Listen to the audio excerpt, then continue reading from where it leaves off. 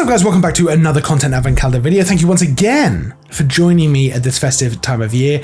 I don't know about you, but I've really noticed, and I've been waiting actually for it to stop, that the weather is just grey, constantly grey, and it's not that good type of grey either. It's not storm clouds and super interesting contrasty skies. It's just uniform grey. The lighting is just flat constantly, and I hate it, and I'm waiting for it to end. So I thought, why not talk about 5 things that you can photograph right now that don't involve having to go out and get glorious sunsets, winter light, all that kinds of stuff. So of course, at the moment, it's easy to photograph things indoors. And one thing that's great to photograph indoors or outdoors, even in this slightly flatter lighting, are flowers. Now you can shoot, obviously, flowers in vases, you can shoot flowers in flower beds outside. These can be really nice even in that kind of flatter light that you get outside. And obviously indoors, you can position them near to a window and get some slightly directional light. But of course, what's great about window light is it tends to be naturally diffused. So that's a fantastic way to actually experiment with some photography. They tend to be colorful.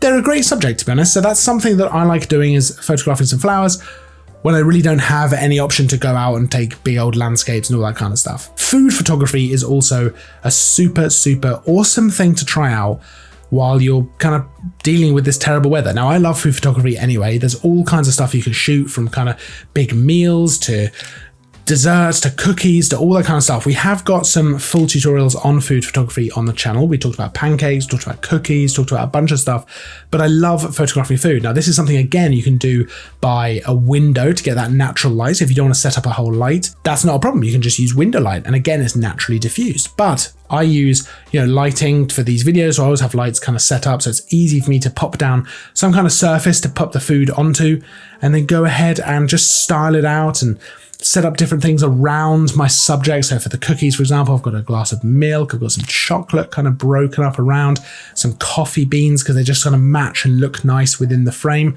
And you end up with this nice little shoot. And I really enjoy kind of experimenting with that, trying different types of food, all kinds of stuff.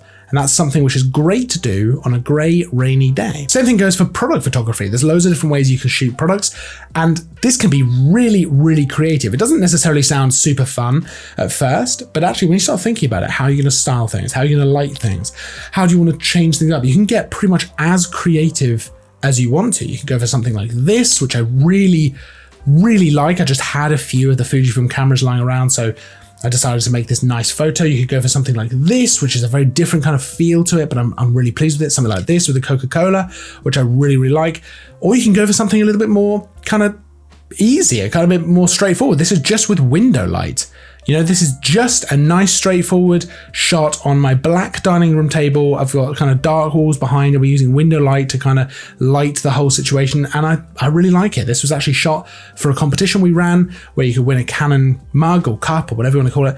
And I actually really enjoyed it. It's a really creative way of doing things. It's great when it's grey outside. You could try some indoor portraits, whether you go for a moody look of kind of using window light, whether you go for one light setup. We've got a whole video about one light setups that you can check out on the channel, but this is a nice thing to do. You can do some Christmassy stuff at this time of year with Christmas lights either in the foreground, the background, all that kind of stuff. And it's a great thing to kind of try out while you don't necessarily want to go outside. You can stay warm, you don't have to put on massive coats and all that kind of stuff and deal with the rain. It's just a nice thing to do. And if you've got someone at home who is willing to model for you, this can be a great option. And of course, if you do want to go outside, you can just wait, especially this time of year, till it just gets a bit darker, which seems to be pretty early, and you can go do some low light photos. There's Christmas lights, there's all kinds of lighting, there's loads of stuff you can shoot in low light.